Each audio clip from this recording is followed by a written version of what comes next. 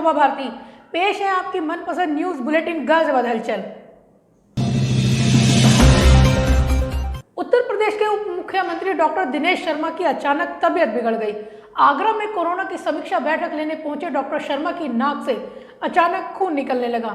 इससे प्रशासनिक अधिकारियों में हड़कंप मच गया। बाद में जांच में सब कुछ सामान्य पाया गया।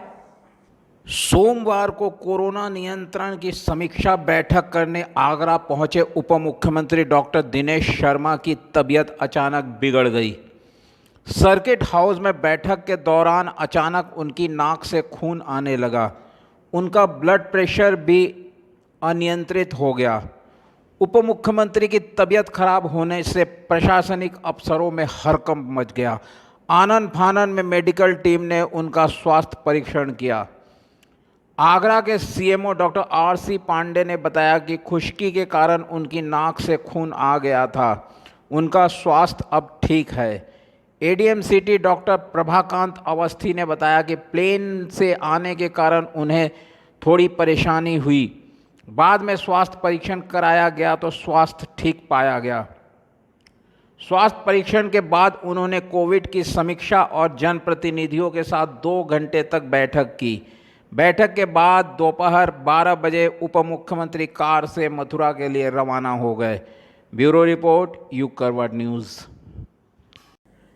गाजियाबाद के एसएसपी ने पुलिस कर्मियों की समस्याओं को सुनकर उनका निस्तारण किया। जन सुनवाई में 200 समस्याओं व शिकायतों का निस्तारण मौके पर किया गया। इससे पहले एसएसपी ने शादी समारोह व जन्मदिन पर पुलिस कर्मियों को छुट्टी देने का फैसला लिया था। गाजियाबाद पुलिस ने रविवार को एक अनूठी पहल की।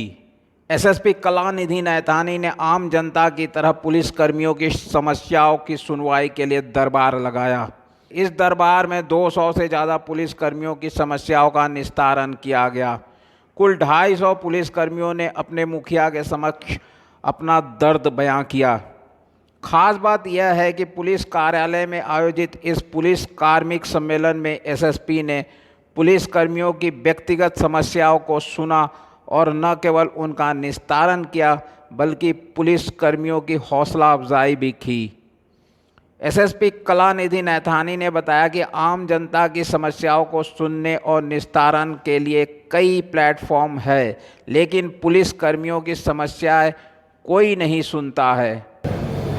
जन सुनवाई अक्सर हम लोग करते हैं, पब्लिक के लिए करते हैं, सभी जगह पब्लिक को वरीयता रहती है, लेकिन कहीं ना कहीं हमको महसूस हुआ कि जो हमारे पुलिसकर्मी हैं इनके लिए एक ऐसा दिन चुना जाए जिसमें ये सुलभ तरीके से आ सकें और इनफॉर्मली भी अपनी बात रख सकें। आज सभी जगह नोटिस बोर्ड पर प्रसारण करके सभी शाखा प्रभारियों को कहा गया था कि सिपाही हमारे पास भेजें जिसमें कोई भी छोटी मोटी बड़ी कोई ऐसी भी कोई समस्या हो हम तक भेजें, क्योंकि कई समस्याएं ऐसी होती हैं जो देखने में लगती हैं कि बहुत छोटी हैं लेकिन सिपाही के लिए और उसके पारिवारिक जीवन के लिए बड़ी होती हैं। कुछ दिन पहले भी हम लोगों ने ऐसी एक आदेश जारी किया था कि सभी जन्मदिन दिवस पर, सालगिरह पर सिपाहियों को 1 दिवस की छुट्टी अवश्य दें ताकि वो अपने परिवार के साथ रहें उस मौके पर। इसी तरह इसका कल्याण पर विशेष जोर है और आज भी यहाँ सब सिपाही बुलाए गए हैं। तो कई समस्याएं आई हैं, इसमें से 80% जो वर्केबल होती हैं उनका तो हम आज ही निस्तारण कर दे रहे हैं, तो हमारे स्तर की नहीं है उसमें लेटर प्रेषित कर दे रहे हैं। सुनवाई के दौरान कई तरह की समस्या व शिकायतें आई। जो समस्याएं विभाग से संबंधित थी उन्हें संबंधित अधिकारियों को निस्तारण के लिए सौंप दिया गया। व्यक्तिगत समस्याओं का निस्तारण जिस तरह से हो सकता था उस तरीके से किया गया। हालांकि जानकार कहते हैं कि पहले भी समीक्षा बैठक के दौरान पुलिसकर्मियों की समस्याएं सुनी जाती थी। कप्तान ने इसी परंपरा को नई शक्ल में फिर से शुरू किया है। ब्यूरो रिपोर्ट, युग करवट न्यूज़। लोनी क्षेत्र के गड़ी कटैया गांव में उस समय हड़कंप मच गया जब एक महिला की सरेआम गोली मारकर हत्या कर दी गई। बदमाशों ने महिला के सिर में गोली मारी थी। पुलिस का कहना है कि महिला बाइक पर किसी के साथ आई थी। बाद में गांव पहुंचने पर दोनों में विवाद हुआ और उस व्यक्ति ने महिला को गोली मार दी। एसएसपी ग्रामीण नीरज जादव ने घटना के बारे में बताया। आज दोपहर को लोनी देहात के गड़ी कटैया गांव में एक महिला की डेड बॉडी मिलने की सूचना प्राप्त हुई थी। पुलिस तत्काल मौके पर पहुंची और महिला की डेड बॉडी को कब्जे में लिया। पूछताछ करने में पता चला कि महिला एक पुरुष के साथ मोटरसाइकिल पर वहां आई थी। किसी बात को लेकर दोनों के बीच में अनबन हुई और उस पुरुष ने महिला को घायल कर दिया। उसके बाद वो पुरुष फरार हो गया। महिला की शिनाख्त के सारे प्रयास किए जा रहे हैं, अग्रिम कार्रवाई की जा रही है। गाजियाबाद के विजयनगर की भूड़ भारत नगर कॉलोनी में शराब के ठेकों को लेकर महिलाओं का प्रदर्शन थम नहीं रहा है। महिलाओं ने शराब के ठेके के बाहर जमकर नारेबाजी की। महिलाओं का कहना है कि वो ठेके को बंद कराकर ही दम लेंगी।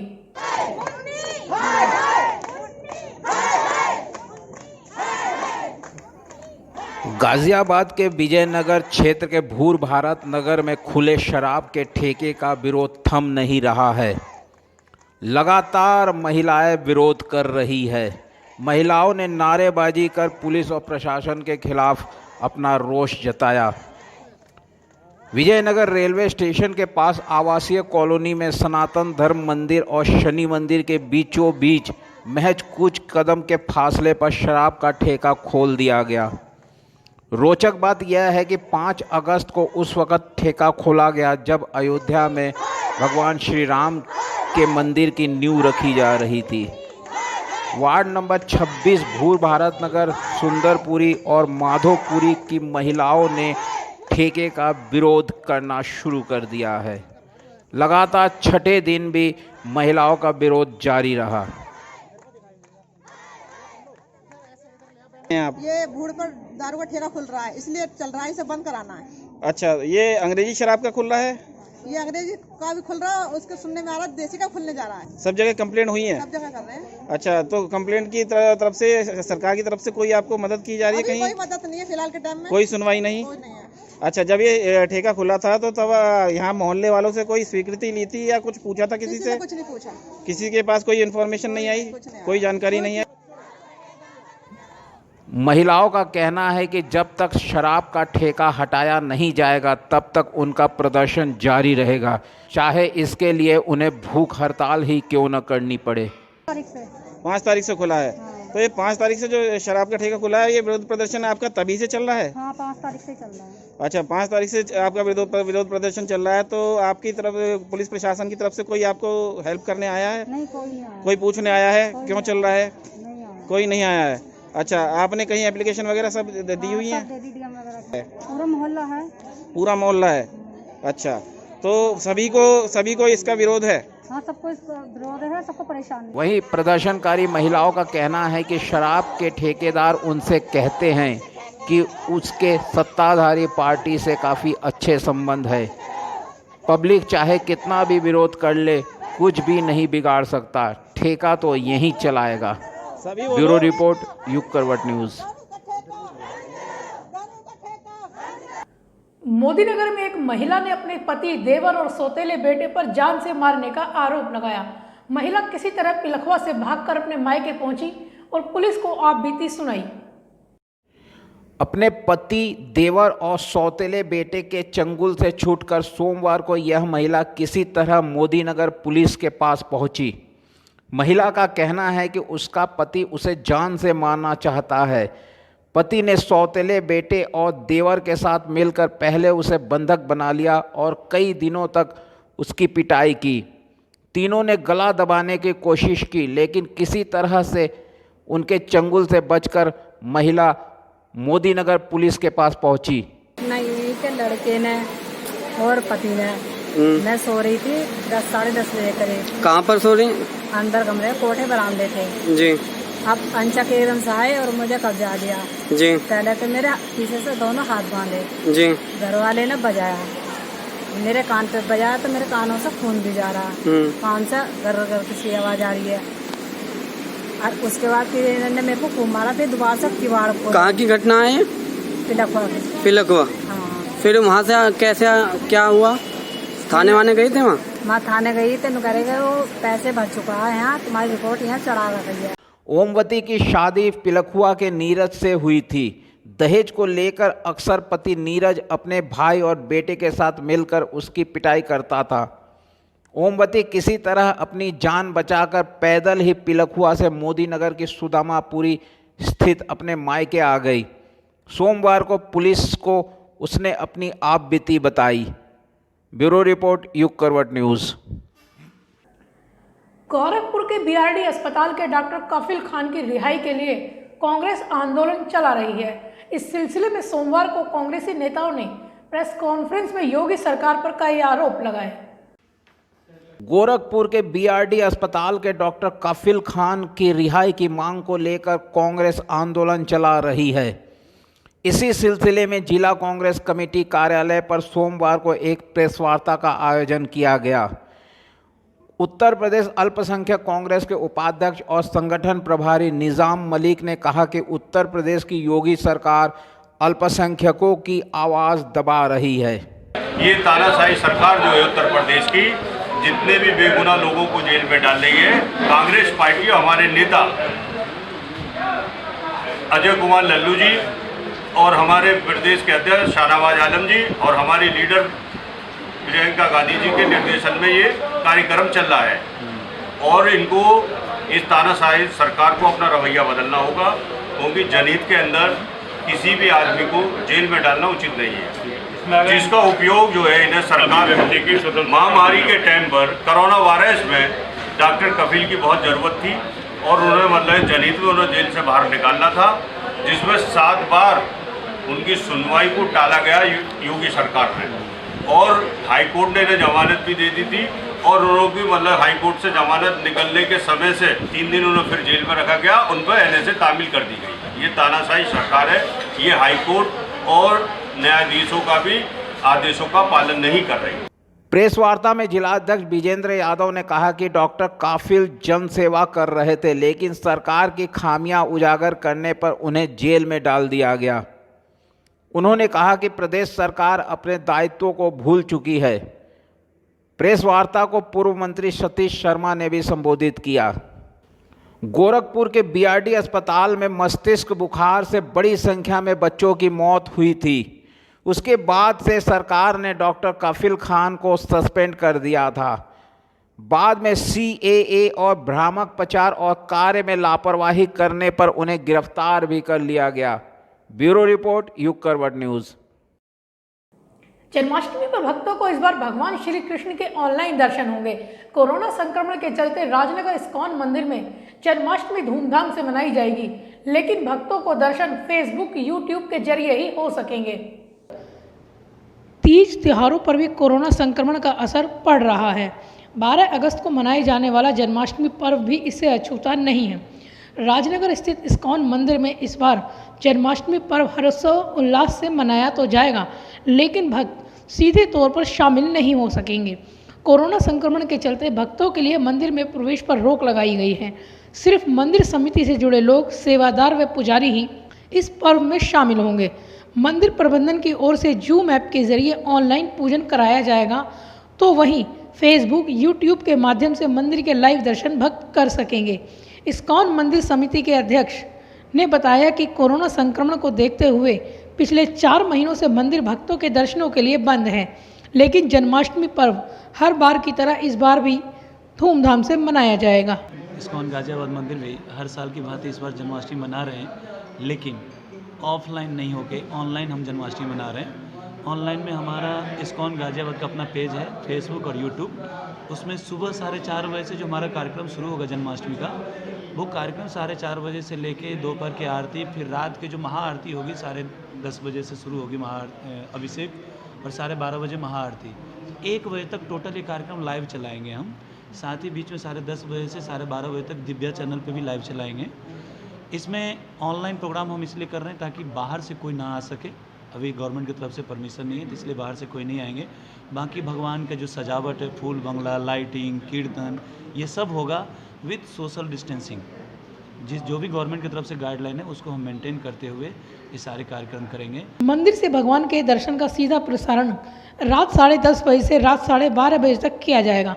मंदिर प्रबंधक सुरेश्वर दास ने बताया कि मंदिर को फूल बंगला से सजाया जाएगा। भक्तों के लिए जूम ऐप के जरिए ही ऑनलाइन पूजा की व्यवस्था भी की गई है। जो मंदिर की तरफ सुरक्षित रखें भक्तों को और लोगों के, और हमारे निवेदन है ये अड़ोस पड़ोसों को, जो भी कई बारी लोग कहते हैं जो भी हमारे पास में हम पूरे साल में थे आएंगे, लेकिन हम सबके लिए भी है, एक के नहीं सबके अनुमति नहीं देंगे, केवल ऑनलाइन और दिव्य चैनल पर हम लोग दर्शन। भगवान जी का जो पूजन अर्चना है वो किस प्रकार ऐसा है, हमारा पूजन अर्चना जो हमारे टेम्पल की डिवोटी हैं उनके द्वारा होगा। जो ब्राह्मण हैं वही करेंगे, जो रोज डेली जो सेवा कर रहे हैं उन्हीं के माध्यम से सेवा चलेगा और कोई दूसरा व्यक्ति नहीं जाएगा। इवन जो प्रेसिडेंट साहब भी हैं, हमारे और लोग भी हैं, वो अंदर नहीं जाएंगे। क्यों? लगभग कितने लोग हैं जो उस दिन मंदिर में मौजूद हैं? हमारे जो मंदिर के लोग हैं, जब सब ये जो कुल मिला के जो हमारे टेम्पल डिवोटी हैं, ब्रह्मचारी हैं, वो करीब करीब मान के चलिए 60, 70, 80 हमारे डिवोटी हैं ब्रह्मचारी, जो और परमिशन किसी की नहीं। मंदिर समिति के पदाधिकारियों ने भक्तों से अपील की है कि वह पर्व पर मंदिर आने के बजाय घर पर ही जन्माष्टमी धूमधाम से मनाएं और भगवान से प्रार्थना करें कि जल्द से जल्द महामारी का दौर समाप्त हो और सब कुछ सामान्य हो सके। मंदिर में सजावट का काम शुरू हो गया है। फूलों व लाइट के माध्यम से मंदिर को खूबसूरत तरीके से सजाया जा रहा है। ब्यूरो रिपोर्ट, युग करवट न्यूज़। सुहेलदेव भारतीय समाज पार्टी ने भाजपा सरकार पर जन विरोधी नीतियां अपनाने का आरोप लगाया है। पेट्रोल डीजल की बड़ी कीमतों के विरोध में पार्टी कार्यकर्ताओं ने सोमवार को प्रदेश भर के जिलों में प्रदर्शन किया। भाजपा सरकार की कथित जन विरोधी नीति और पेट्रोल डीजल की बड़ी कीमतों के विरोध में सुहेलदेव भारतीय समाज पार्टी के कार्यकर्ताओं ने सोमवार को जिला मुख्यालय पर प्रदर्शन किया। बता दें कि सुहेलदेव पार्टी योगी सरकार को समर्थन दे रही थी, लेकिन इसके नेता ओम प्रकाश राजभर को मंत्रिमंडल से हटा दिया गया। तभी से पार्टी योगी सरकार का विरोध कर रही है। प्रदर्शनकारियों का कहना है कि सबका साथ सबका विकास, बेटी बचाओ बेटी पढ़ाओ और जीरो टॉलरेंस का झूठा वादा करने वाली भाजपा सरकार की कथनी और करनी जनता के सामने उजागर हो गई है। केंद्र सरकार ने पिछड़ी जात को 1990 में 27% आरक्षण मिला था। उस आरक्षण में 3 साल के अंदर में ज़्यादा से ज़्यादा 27% में मुश्किल से मुझे जहाँ तक लगता है कि 12 से 13% लोगों को भागीदारी मिली। अभी जब पूरी भागीदारी सुनिश्चित हो ही नहीं पाई तो केंद्र सरकार ने नया एक आयोग बना दिया, बीपी शर्मा आयोग।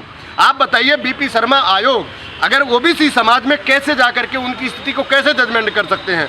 सुहेलदेव भारतीय समाज पार्टी भागीदारी संकल्प मोर्चा इसका खंडन करती है और मांग करती है कि जब तक पिछड़ों के लिए, अगर आप पिछड़ों को वोट लेना चाहते हैं और पिछड़ों का विकास करना चाहते हैं तो बीपी शर्मा आयोग को आप खंडन करें। और वहां पे बैठे हुए जो हमारे सांसद और विधायक हैं पिछड़ी जात के, उनसे भी मैं आह्वान करना चाहूँगा, आप लोग भारतीय जनता पार्टी की गुलामी छोड़ो और पिछड़े समाज के लोगों के हित में आकर के काम करने का काम करो। हमारे हक और अधिकार छीने जा रहे हैं, आप लोकसभा में बैठ करके भारतीय जनता पार्टी के जी हजूरी जो करने का काम कर रहे हैं, आने वाला 2022 और 2024 उन लोगों को कभी पिछड़ा समाज माफ नहीं करेगा। पार्टी ने अपनी मांगों को लेकर 9 सूत्रीय ज्ञापन भी राज्यपाल के नाम सौंपा, जिसमें आरक्षण में छेड़छाड़ न करने, बेरोजगारों को रोजगार उपलब्ध कराने, किसानों को खाद, बीज व कीटनाशक दवाएं उचित मूल्य पर उपलब्ध कराने, किसानों, दुकानदारों व व्यापारियों के कर्ज, बिजली बिल माफ़ करने, बिजली बिल माफ़ करने, लॉकडाउन अवधि की फीस माफ़ करने, आवारा पशुओं के बेहतर रख रखाव की मांग प्रमुख थी। पार्टी का यह प्रदर्शन सोमवार को राष्ट्रीय अध्यक्ष ओम प्रकाश राजभर के आह्वान पर प्रदेश के सभी 75 जिलों में किया गया। ब्यूरो रिपोर्ट, युग करवट न्यूज़। तुदेश्वरनाथ मंदिर के महंत नारायण गिरी ने दादरी में बीकानेर मिठाई की दुकान का शुभारंभ किया। महंत से उद्घाटन कराने पर दुकानदार और क्षेत्र के लोग काफी खुश हैं। रेलवे रोड दादरी में बीकानेर मिष्ठान्न भंडार खोला गया है। दुधेश्वरनाथ मंदिर के महंत नारायण गिरी ने सोमवार को बीकानेर मिष्ठान्न भंडार का फीता काटकर विधिवत उद्घाटन किया।